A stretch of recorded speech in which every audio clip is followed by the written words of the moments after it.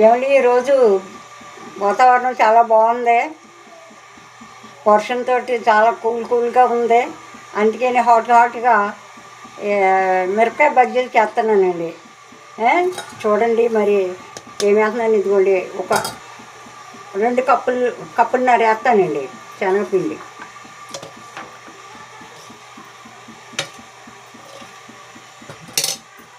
ఇదిగోండి కప్పున్నర. కొంచెం జల్లించుకుంటే కలుపుకుంటే బాగుంటుందండి. ఇందులో గిడ్ల లేకుండా ఏమన్నా ఉన్నా కానీ క్లీన్ అయిపోతుంది. ఇదిగోండి పిండి కొద్దిగా జల్లించుకున్నాను. ఇప్పుడు దీంట్లో కొద్దిగా సాల్ట్ అండి, మనకి రుచికి సరిపడగా కొద్దిగా పసుపు అండి, కలర్ రావటానికి. కొంచెం కారం అండి,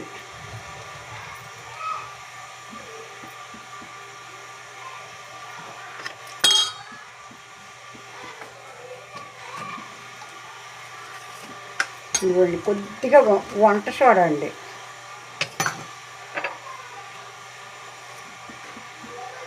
కొంచెం వంట సోడా. ఇప్పుడు దీన్ని కొద్దిగా నీళ్ళు పోసుకుంటాం.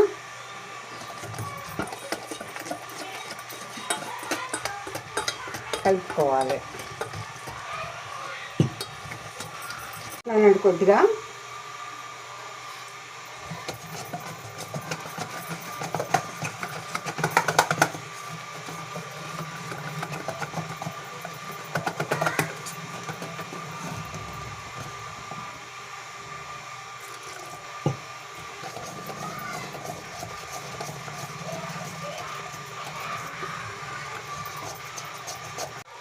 కొంచెం వరిపిండి వేసుకోండి.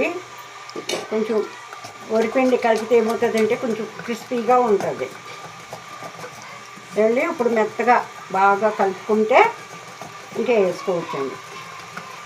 ఇదిగోండి ఇలాగా ఈ మాత్రం చిక్కదనం ఉండాలండి. మరీ అంత టైట్గా కాకుండా మరీ అంత చిక్కగా కాకుండా. ఇదిగోండి పచ్చిమిర్చి ఇదిగోండి ఇలా చీల్చుకుని, మీకు కారం కావాలనుకుంటే కాయలు ఉంచేసుకోండి కింద లోపల. లేదు మీకు మంట ఎక్కువగా ఉంటుంది అని అనుకుంటే కనుక గింజలు తీసేసుకోండి. ఇలాగా కట్ చేసుకొని గింజలు తీసేసుకుని ఉట్టిగాను. అప్పుడు పొడి ఏంటంటే కొంచెం జీలకర్ర, కొంచెం వాము, కొంచెం ధనియాలు, కొద్దిగా సాల్ట్ అండి. ఇదిగోండి పొడి చేసుకున్నాను. ఈ పొడి మామూలుగా స్టఫింగ్కి అనమాట.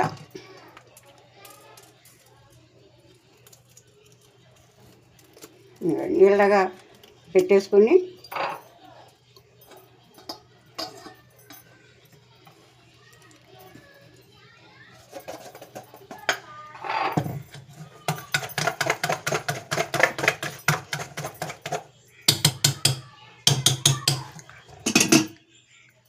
ఇంకోండి వేసేసుకుంటున్నానండి. ఇంకా దీంట్లో ఉంచుకొని వేడెక్కిపోయిందండి నూనె.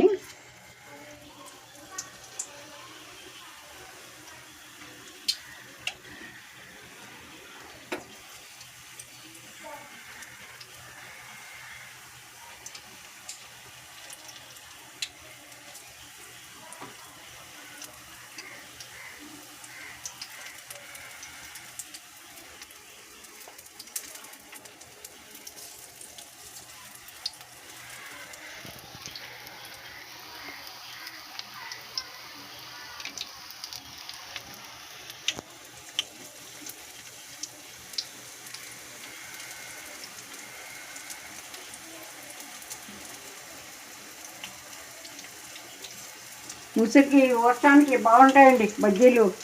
వేడివేడిగా బజ్జీలు వేసుకుని మీరు కూడా ఎంజాయ్ చేయండి. ఇదిగోండి రెడీ అయిపోయినాయి.